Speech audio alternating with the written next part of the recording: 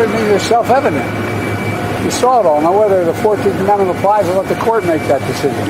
But he certainly supported an insurrection. And no question about it. None. Zero. And he seems to be doubling down on about everything. Anyway.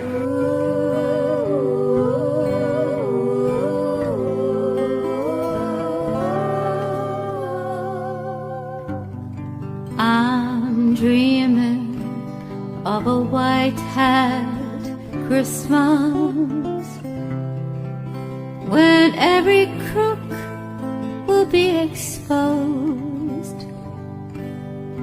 and the people listen to trials that give more prison, eating popcorn by the load.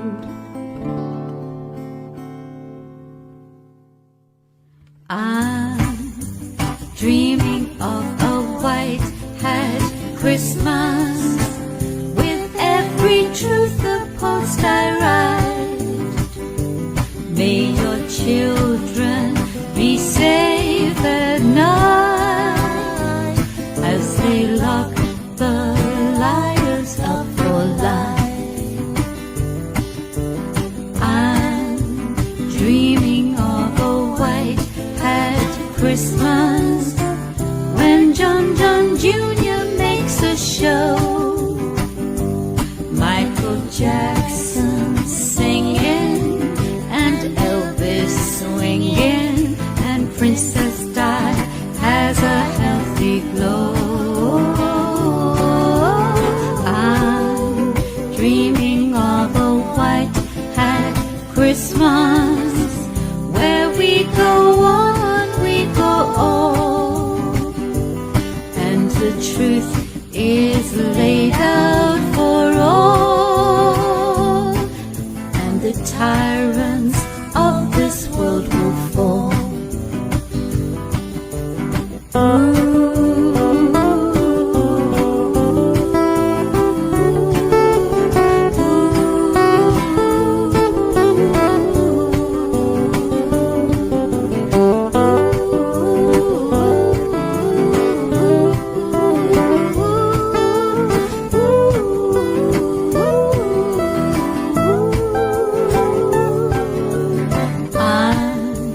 Dreaming of a white hat Christmas, with every truth the post I write. May our children be safe at all times, when they look the liars up for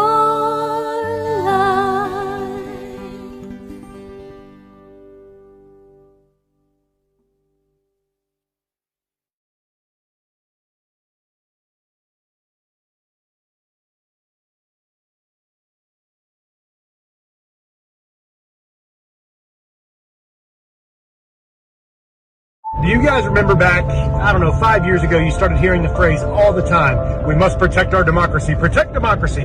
Let's go to Ukraine and protect democracy. Donald Trump's a threat to democracy. Democracy, democracy. I realize there's something really wrong here. The bottom line is they are using the language to subvert you, to mock you, as they steal your liberties and your freedoms. This is what it's always been about, right here. In short, America was founded not as a democracy, but as a constitutional republic. We pledge allegiance to the republic, for which our flag stands, not to a democracy. The Constitution requires a republican form of government for all states, but does not mention democracy, and neither does the Declaration of Independence or the Bill of Rights. The ideal of a democracy is universal equality. The ideal of a constitutional republic is individual liberty. In this century, great strides have been made toward the goal of subverting our republic and transforming it into a democracy. The foremost tactic of the subverters is subversion of language. By calling America a democracy until people thoughtlessly accept and use the term, totalitarians have obscured the real meaning of American principles of government. As Benjamin Franklin left the State House in Philadelphia on the closing day of the Constitutional Convention, a woman asked him what kind of government the convention had given America. And Franklin replied, a republic, if you can keep it.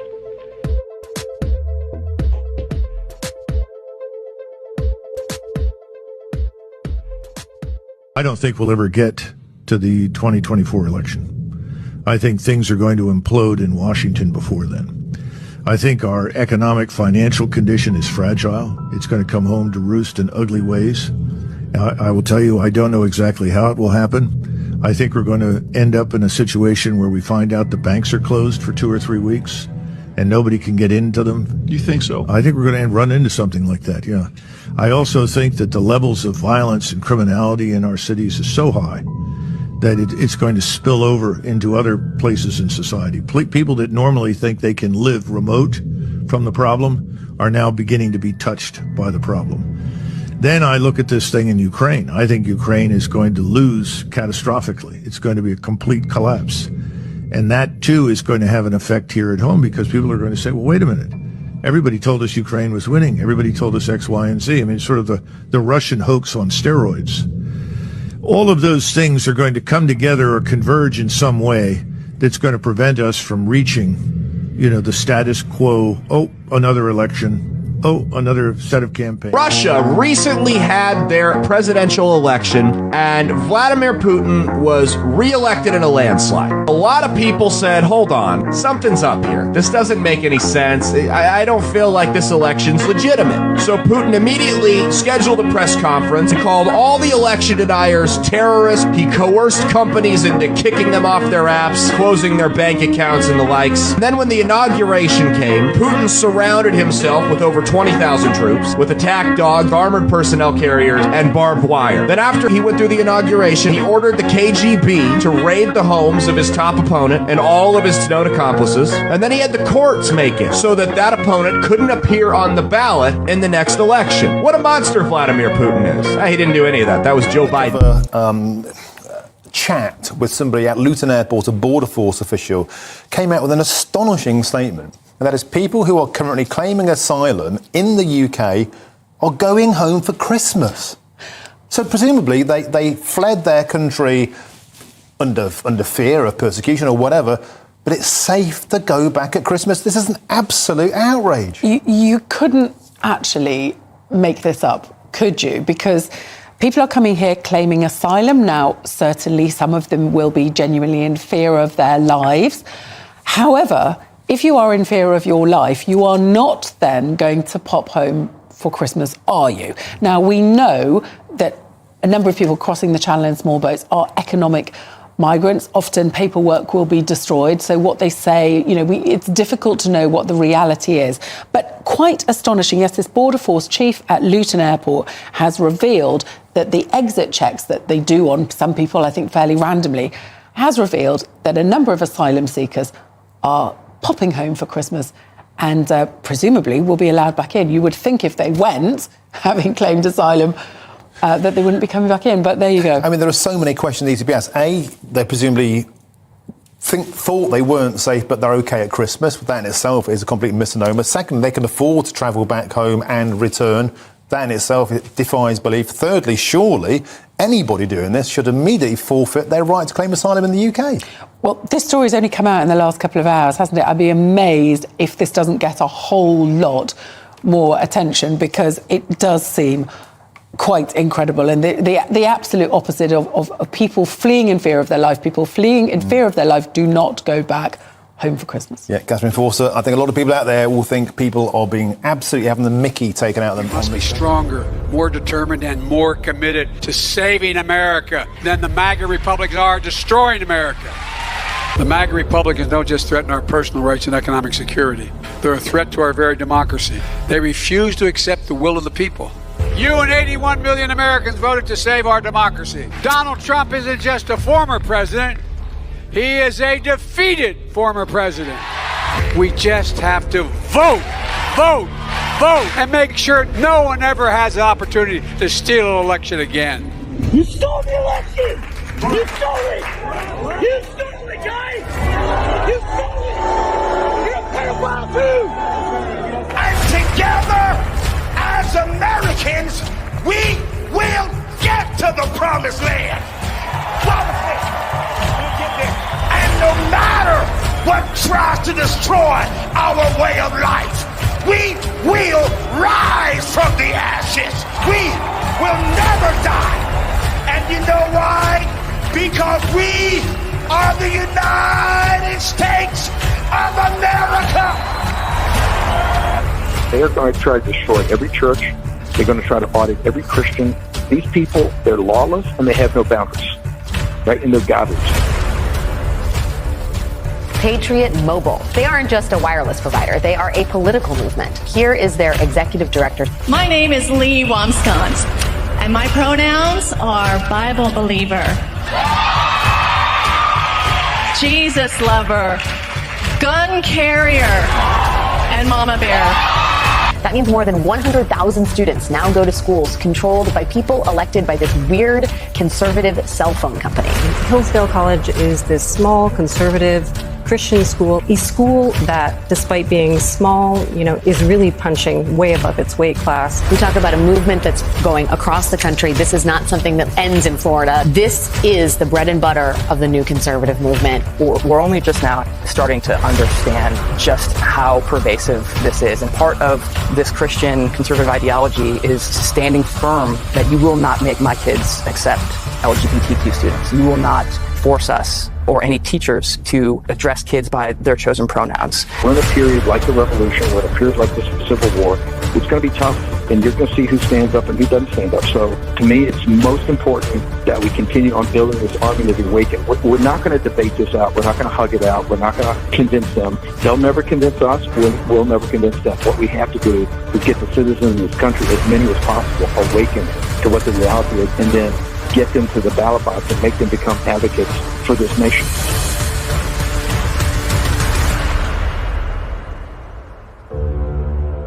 Right now, I think one of the most important amount of documentation that we need are those pseudonym emails. Remember, no one knew about these pseudonym emails until a few months ago.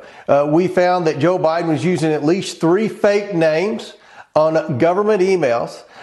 What we didn't know until recently was that he was in fact using those pseudonym emails to communicate with not just his son, Hunter Biden, but also with his shady business associates. The Politico, in their never-ending defense of Joe Biden, wrote a story when the White House turned over 14 of these emails, which didn't even amount to 0.5%, and said, oh, there's nothing here. These are junk emails. But what we learned from the indictment in California, several of those emails that Joe Biden used a pseudonym were used as evidence against Hunter Biden in his failure to pay taxes. So that is important evidence there. We also need those depositions. There's certainly a reason that Hunter Biden's not wanting to come in and answer questions. We have his bank statements, and bank records don't lie. So we want to depose Hunter Biden. Obviously, we want to depose all of the business associates,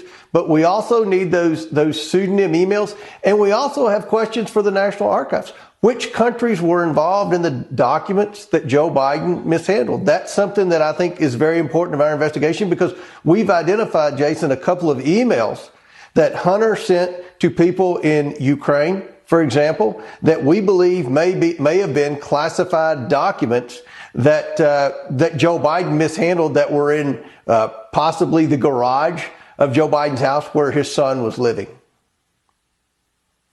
And finally, Hunter Biden not showing up before the committee with the duly issued subpoena. How soon do you think the House would actually move to hold him in contempt?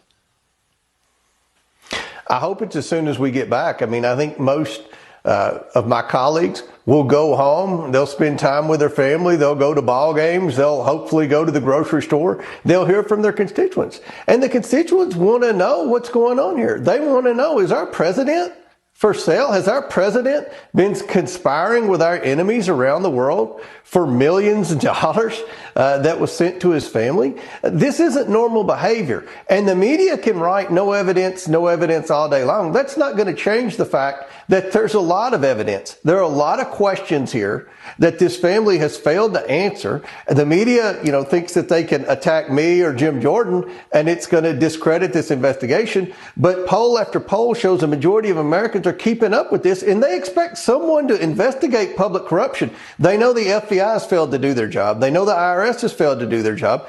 And they know that the Department of Justice has failed to do their job. So the only entity that's left out there is the House Oversight Committee. Thank God the Republicans won the majority and we have subpoena power. We're using that subpoena power in a disciplined and transparent manner to try to get the truth to the American people about whether or not this president is compromised. Chairman Comer, thanks for joining us on Hannity. Merry Christmas and Happy New Year. Supreme Court of Colorado determines in an examination of the facts that Donald Trump is an insurrectionist and therefore is disqualified from being on the ballot, certainly here in California, we have to look at that information and make the same determination here. This was the Hillary Clinton X account's New Year's Eve post. If you were thinking gross or you were thinking, well, you can't share your opinion on it because she turned her replies off. What happened was as people started to call her out for posting this photo from the same year that JFK Jr. had died. It had been speculated that possibly that JFK Jr. had been part of the Clinton body account. It all started when reportedly JFK Jr. had decided to possibly run for the Senate in New York. At the same time, Hillary Clinton also stated that she was going to run for the seat for the Senate in New York back in 1999. She had had him deleted so that she could take that seat and then basically kick off her political career separate from her husband's disastrous political career. It's not true. JFK thought about running for the Senate, but then as soon as he found out Hillary was going to do it, he was like, no, I'm not going to do that. Sure. Anywho, refreshing on all of this and researching all of this just to make sure I had my shit together, I came across this article, and this is from 2016. Did you know that Georgia robocalls for Hillary Clinton's campaign had implicated Hillary Clinton in the death of JFK Jr. and many others? Don't have the clip of the call, but I do have the transcript. All starts off, remember JFK Jr.? He was declared the frontrunner for the New York Senate seat back in 99. Days later, his plane had crashed into the Atlantic Ocean and his rival Hillary Clinton was elected senator instead. Saying Mary Mahoney, who was a Clinton White House intern, she knew enough of the inner workings of Bill's advances to be a star witness during the Clinton impeachment trial. She was brutally deleted from the planet at a Starbucks. Media reported that she was robbed. And then it goes on to state in 1993, the White House counsel Vince Foster was found deleted in Fort Parsi Park near D.C. He supposedly deleted himself, and among a lengthy list of potential and foul play, the bullet was never found. The next one, which was James McDougal, who was a key witness for the White House prosecutors. He was serving his 3-year sentence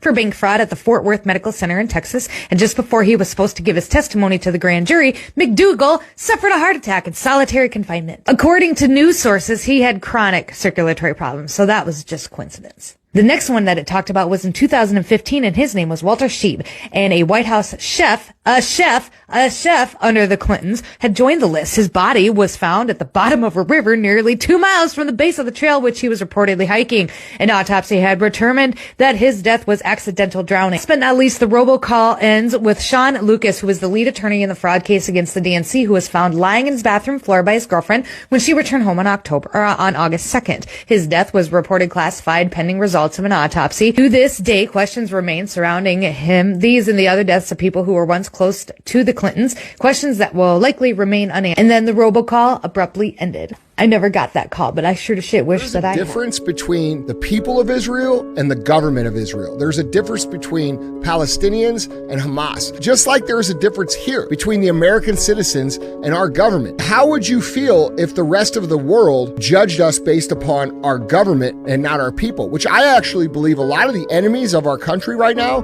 have great empathy and understanding that the majority of the people here in the United States do not support these people. They do not support Joe Biden. The majority. There's a lot of talk now in the United States about this Green New Deal. What are your thoughts? Is this a good idea, or are we in trouble, or what's the plan? Well, it's a recipe for mass suicide. It's just quite amazing that someone that is in government, actually elected to the government of the United States of America, would propose that we eliminate all fossil fuels in 12 years. Well, if we did it on a global level, it would result in the decimation of the human population from 7 odd billion down to who knows how few people. It would basically begin a process of cannibalization amongst the human species because the food could not be delivered to the stores in the middle of the cities anymore. The point that bothers me the most is if you eliminated fossil fuels, every tree in the world would be cut for fuel. There's no other source of heating and cooking once you eliminate fossil fuels. You can use animal dung if there were any animals left, but the animals would all die too because, well, first off, they would all get eaten, and any that survived would have to go wild because there'd be nobody left to look after them. I mean, it's the most ridiculous scenario I've ever heard. People recognize when something is preposterous, and I think that's the best word for it. Well, the best word for it is actually mass suicidal. But why would anyone vote for something that was going to result in the death of nearly all humans on Earth? If somebody gave you $1 million to not vote for Donald Trump, would you take it? No. $1 million? No. I'll go halvesies with you. No. Okay. I need my country back. If someone came up to you and said, I'm going to give you $1 million for you not to vote for Trump or not to caucus for Trump here in Iowa, but Biden becomes president, would you take the $1 million? Absolutely not. Can't buy that. Nope. If you were offered $2 million not to vote for Donald Trump, would you take it? Well, it's secret balloting, right?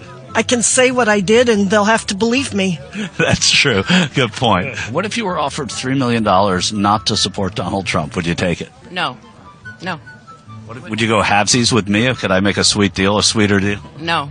I could use $1.5 million. No. No. The country means more to me than money. If you were offered $3 million to not vote for Donald Trump, would you take it? $3 million. No. Our country deserves better. So the country really does deserve better. Would you want him to take the $3 million? Absolutely not. Somebody came up with a check and said, I'll give you $3 million not to vote for Trump. Nope. I'll stay broke. Yep.